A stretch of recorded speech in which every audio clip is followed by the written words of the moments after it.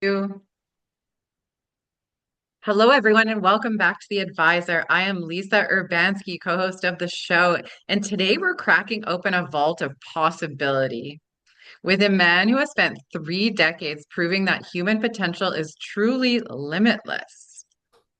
So, Joseph Giampapa, a professional speaker, self-empowered specialist, and former stand-up comic, he blends research-based strategy with laugh out loud storytelling to show audiences like you how to flip the switch from I wish to watch me. You might know him as the author of What I Can, I Will, or What I Will, I Can. I'm sorry. His bite-sized bestseller, hailed as the Bible of self-help for its straight-to-the-point tools that train the subconscious and turn uniqueness into rocket fuel for success. I'm so excited to introduce him to you guys. Before I do, I want to say thank you to Spreaker and iHeartRadio. And I also want to thank our fans, our listeners, and everybody out there that is listening. Please do not forget to like and subscribe before you leave today. We are going to talk about the power within, aren't we? Nice to see you, Joseph. How are you today? I'm fine, thank you, Lisa. I appreciate it. By the way, my last name is Giampapa, soft G. I only say that Oh, what because did the I kids, say? when I Did I used to say teach, Jai? when I taught school, it was hard for the kids to pronounce my last name, so they used to call me Mr. G. So that, Mr. yeah, so G. I've been going by that label for quite a while, Mr. G. I like that. Mr. G. That's your new name for me, for sure. So, my gosh, you've written 3 books. You were in comedy. What inspired all of this to take a turn and try and empower people to reach their goals? Well, basically, Lisa, first of all, I come from a large Italian family, a family of 11, 9 kids. So we all kind of had to help one another to get through things. And it was really, really good to do that. If somebody got depressed, the rest of us would rally around and kind of build that person up. When I came to Nevada and finished my degrees, I became a teacher and I worked specifically with at risk kids, and it was really sad to see some kids 10, 11 years old basically giving up on themselves, thinking they were nothings. And to me, that is so sad because it is completely 180 degrees opposite of what we are. We are everything. We are so powerful. And these kids just saw themselves as worthless. So I devoted my life to working with them. Later on, I opened a private practice. I had a private practice for 10 years, working with people, developing change of their subconscious. I was going to finish my doctorate working on the brain and changing the subconscious. We had phenomenal successes with people because our subconscious basically controls us. If we can change that, we can change our life. Yeah, I completely agree and hear what you're saying. It sounds so simple, but it's not. Exactly. Exactly. It's quite hard because we are in life exactly where we chose to be at this point in time. Everything is conditioned. We have created the life that we live in now, and it didn't happen overnight. We are a product of years and years of conditioning. And so to change that conditioning, we have to kind of reset or reprogram the subconscious. I can tell you one thing, Mr. G. When I learned that everything that I've done and everything that happened to me was my doing, that was a big awakening. I was like, ah, yes, everything has happened because I've done this to myself. That was life changing, but what a pill to swallow. It's like taking full responsibility for everything in my life and learning from that one moment. So, what was your moment where you understood that? And then how did you move from there? Say that again, please. It's having a little trouble here getting your audio. Yeah. So what was your moment where you realized that your life was a product of your own thoughts and your mind and the conditioning when you realized that, and how did that propel you forward? Well, a lot of times, I don't want to get into a whole big thing with racism and all that kind of stuff. But I was in an area at one time where we were kind of looked down upon as kind of a being of a large, big family and everything, and we didn't have the advantages that a lot of the other kids had and everything. And so a lot of kids would say things like, "You're just a loser," this type of thing. And I'd look in the mirror and I'd say, "No, I'm not a loser. What's wrong with me? I have just as much chance as anybody else." And that kind of spurred me on. And I'd get a little win here and there. And before I knew it, I found myself kind of being almost a leader with the kids. And I used comedy kind of as the grease to make the wheels go around. And I learned at an early age that we can basically do anything we choose to do. It's up to us. I love that. So why don't we teach the audience then? What are some of the steps that you would suggest they use in order to reprogram the subconscious mind? Well, basically, first of all, we have to break the habits that we're in at the moment if we don't like them. Everything, like I say, is from the subconscious. It's really fascinating. I was going to finish my doctorate working with pre-programming and stuff, and I found out that during the 60s, during the Cold War, the Russians were way ahead of us in their research about the mind. And after the Cold War kind of ended, they shared everything with us, and it was really fascinating because one of the key things that they found was that when we're born, we come in with a programmed set of mind of our mouth and our ears. Whatever we say with our mouth goes in our ear and programs us.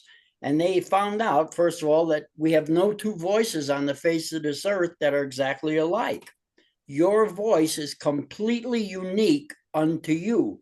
If they did a recording, let's say of 500 voices that everybody said sound like you, and it was like, let's say you could record, pick up the book, and they record that with 499 other people, and they scramble it, and you're sitting there listening to the playback, your voice, as soon as you hear your voice, you'll perk up. Your subconscious will get alerted because, as I said, there are no two voices exactly alike.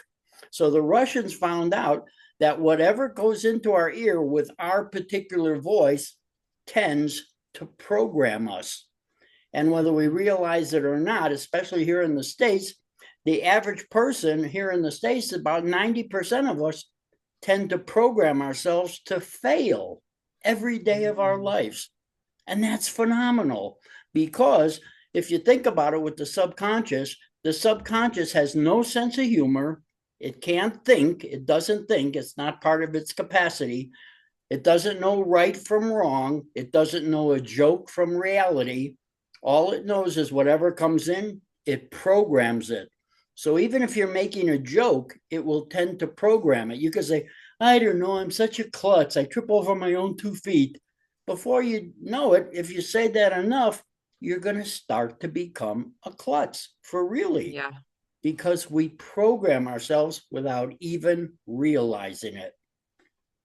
And that Yeah, I think there's is so much power in words. So much power. exactly, exactly. I think it's absolutely fascinating to find this kind of stuff out because, my goodness, you don't think about it when you just say something as a quip or something, but I tell people, watch what you say because you don't realize what you're doing. You actually are programming yourself. Wow. You know what I'm thinking as you're speaking is doing a voice clip to myself later and then listening to it before bed as I'm falling asleep of all these wonderful things that I want to program into my own mind, but it makes so much sense. Um, Bingo. You what know, we tell ourselves, right, is what we're going to get back. exactly. I that brings up a neat point. I told you I had a private practice for 10 years. The majority of my private practice involved, first of all, finding out what really bothered my client or whatever, and then I would write affirmations, positive affirmations to change a lot of that. And then I would set up a recorder and they would record with their own voice the affirmation. And Mm, the Russians say to repeat everything 3 times. There's something magical about 3 times. Because, for example, if you take the affirmation, "I am a beautiful person," if you say it 3 times, the first time or so, you're not going to really believe it. You're just saying words. I'm a beautiful person. Second time, it's I'm a beautiful person. And by the third time, you kind of buy into it. I'm a beautiful person. So 3 times seems to be the magic number. So I would have them record each affirmation 3 times on a text, in those, or a little cassette. In those days, remember we had the little cassettes. They would fill Yeah. up a cassette, and then I would have them listen to the cassette at least once every day for 30 days. The Russians tell us that if we listen to something for 30 days, it starts to become an imprint on our subconscious. It creates a synapse, basically, so that it becomes like a habit or a true belief. So that's pretty much the system I used. And it was amazing the changes I saw in some of my clients. Some drug recoveries. I worked with abused women. I worked with, as I mentioned, at-risk kids, and to see complete changes. And it was wonderful, and it was so neat to see, because a lot of times the people couldn't see the forest from the trees in the middle of the change and everything. A lot of times they would be changing without them even noticing it.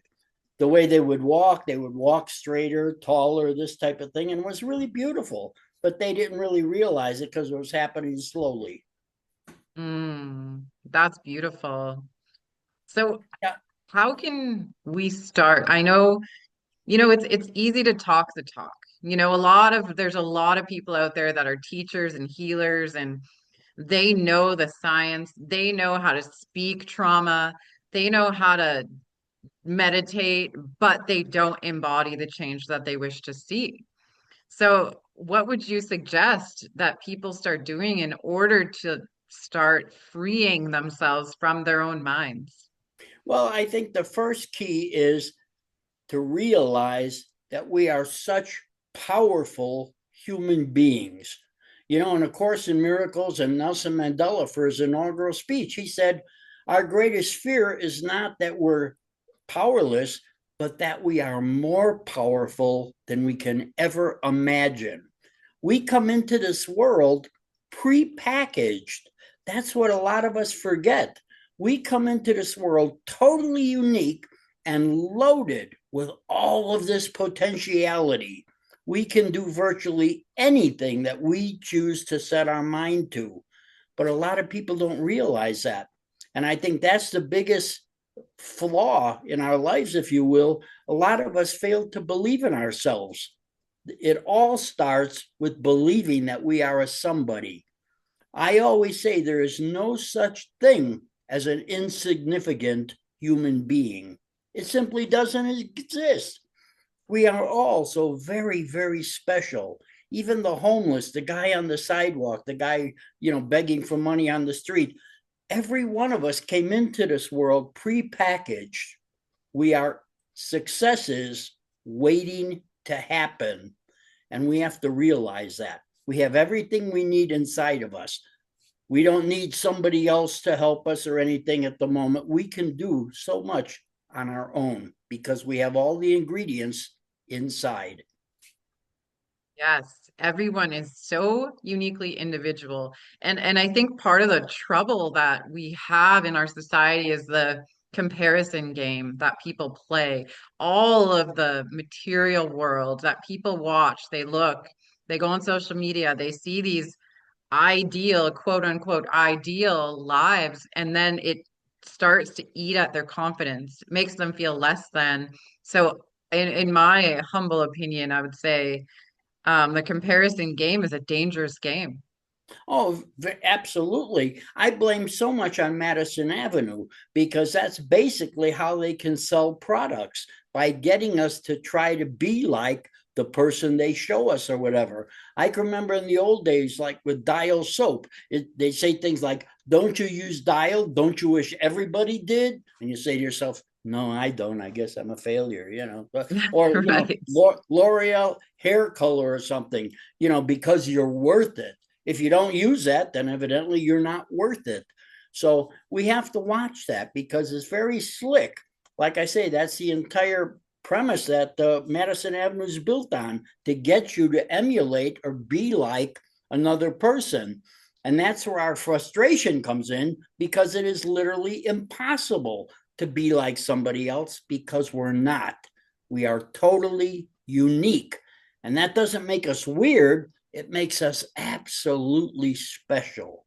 We are a gift to this world, and we have to realize that. The commercial that came to mind after you said that was the Lever 2000 for all 2000 parts. Is that how it went? I'm thinking of the Lever 2000 commercial for some reason. Yeah. Just a silly thought. Isn't it sad though? I mean, obviously, if we want to try to be like them, we'll buy that product and everything. But no matter how hard we try, we can't be like them, because we're not. That doesn't make us weird. It makes us very, very special. And we have to Mm, understand that and appreciate it. And we have to take worth in who we are. yes. So tell us about the books that you wrote. Well, my first book, actually, in 2009, I lost my son, and it was very hard on me. He was my best Mm, friend, and I used to walk the mountains. I live out here in Nevada with all the mountains and everything, and I used to walk the mountains, kind of shouting at the moon, wondering why, what's going on, and everything. And every day I would walk 5 miles, sometimes 10 miles. And the more I walked, I started getting little inklings of sayings and things that kind of bring me up a little bit. And I start carrying a notepad with me and a pencil. And every now and then I'd stop and I'd jot down a little something that came across my mind. And before I knew it, after about a year, I had this stack of notes.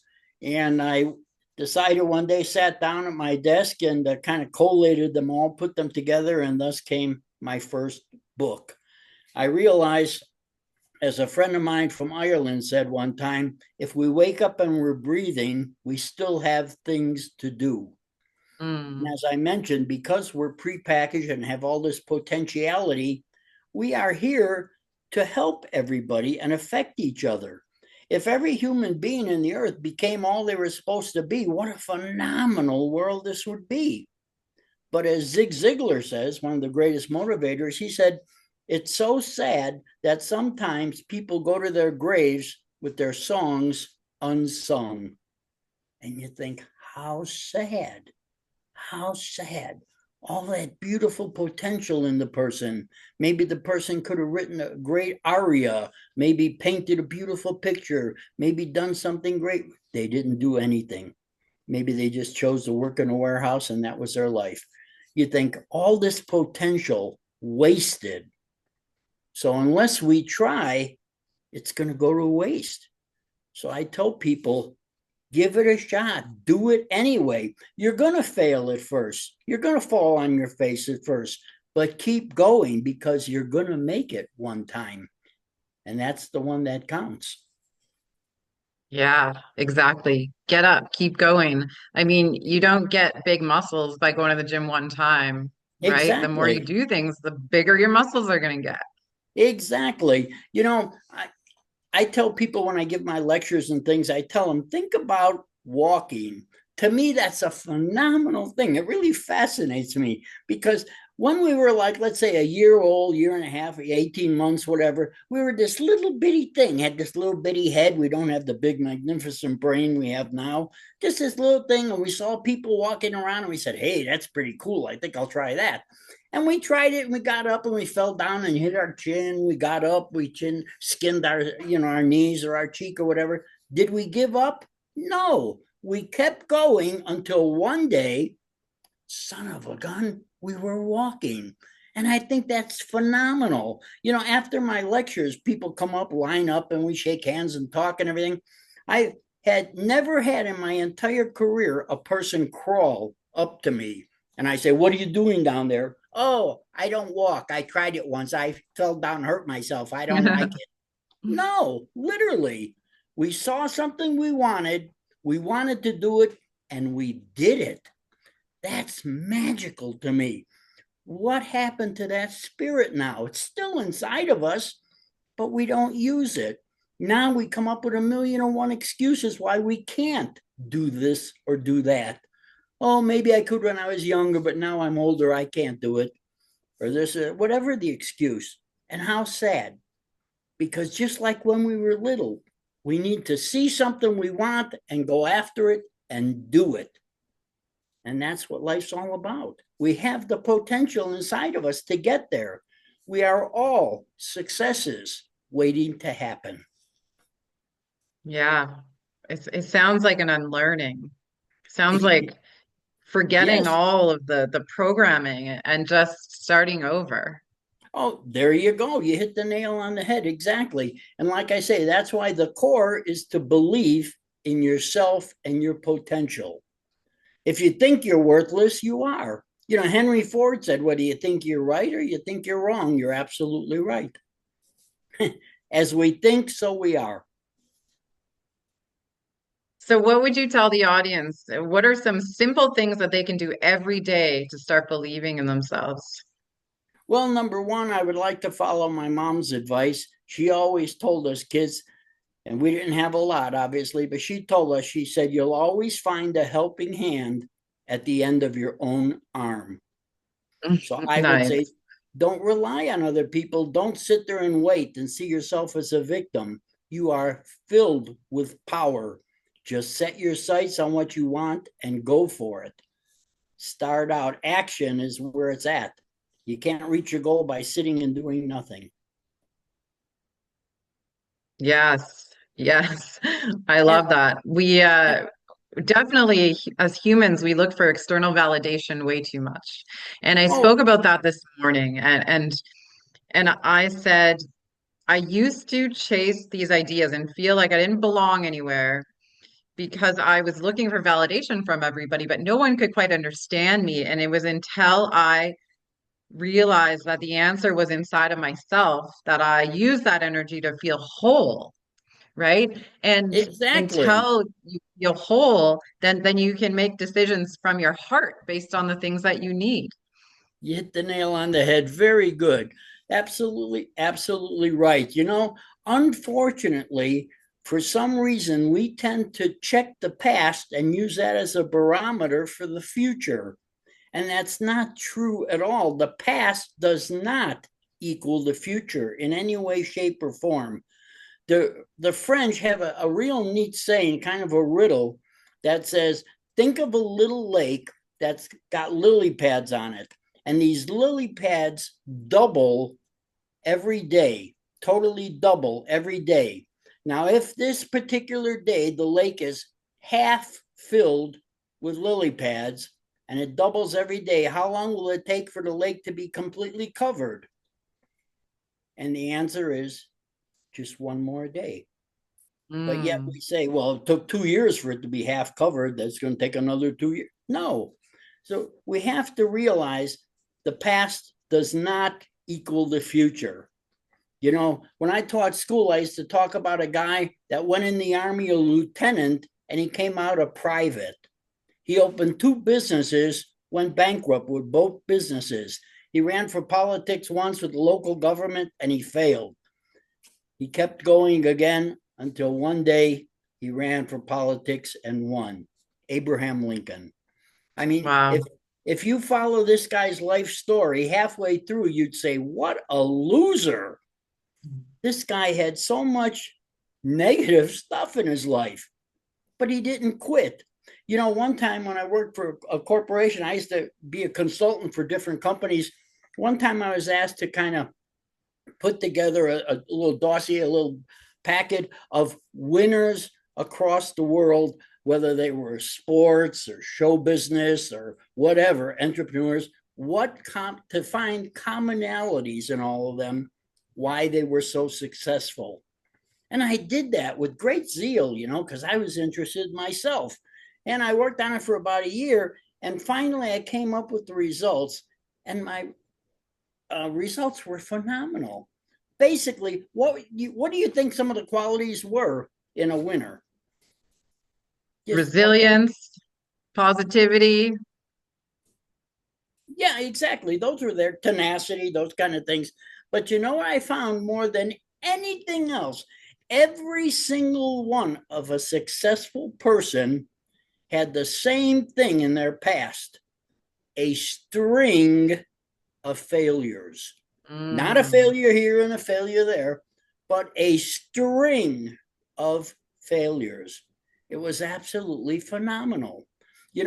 I'm from Chicago originally, and in Chicago, horse racing was a real big thing. And there was a jockey, world famous Eddie Arcaro, all time winning jockey, purse winner, won more money than anybody else, blah, blah, blah, all that stuff. Great guy. But what people don't realize is that Eddie Arcaro lost his first 49 races. Now, to me, that's really interesting because can you imagine what was going through this guy's mind when he got on a horse the 50th time? I mean, can you imagine Yeah. somebody saying, "Well, Eddie, have you ever won?" Well, no, I haven't, But he knew inside of him he had what it takes to be a good jockey. He knew inside of him that one day he was going to make it. So he got on that horse and he won. And from then on, the rest, as they say, is history. We have to know that the prize is at the end, the light at the end of the tunnel. We will make it. We have to make it. We're prepackaged as long as we don't give up. That's very, very important. We have to keep going and keep trying. Failure is nothing but a learning experience to move on because next Mm. time we try it, we have more information, we have more knowingness, and that's important. So important. So tell everybody where they can find your website, and your website has your books, right? So talk Yes, about that. I have three different books on there. I even have book packages where they can get the whole set for a reduced amount and everything. The website is whatIwillican.com. WhatIwillican.com. And I think that's important to say that statement over and over. WhatIwillican.com. And all the information is on there, all my books and background credentials and everything else. Beautiful. What would you like to leave the audience with today after our conversation? Well, if they remember nothing else, they should remember that there is no such thing as an insignificant human being. Every one of us is a gift to this planet, and that we come into this world pre-packaged with all the success elements that we need to make it to whatever we want to be. Awesome. Thank you so much for being on the show. Oh, my pleasure. Thank you for having me. Yes, amazing. We hope you will come back. Thank you. Definitely. And to our audience, you're worth it. Go to the website. We were going to link Mr. G's website in the show notes for you to have easy access to all of these amazing tools that he has written and provided so you can too feel your best and believe in yourself. I know I'm going to record myself before bed tonight and listen to myself validate these things. But until next time, I'm Lisa Urbanski with The Advisor. Bye for now.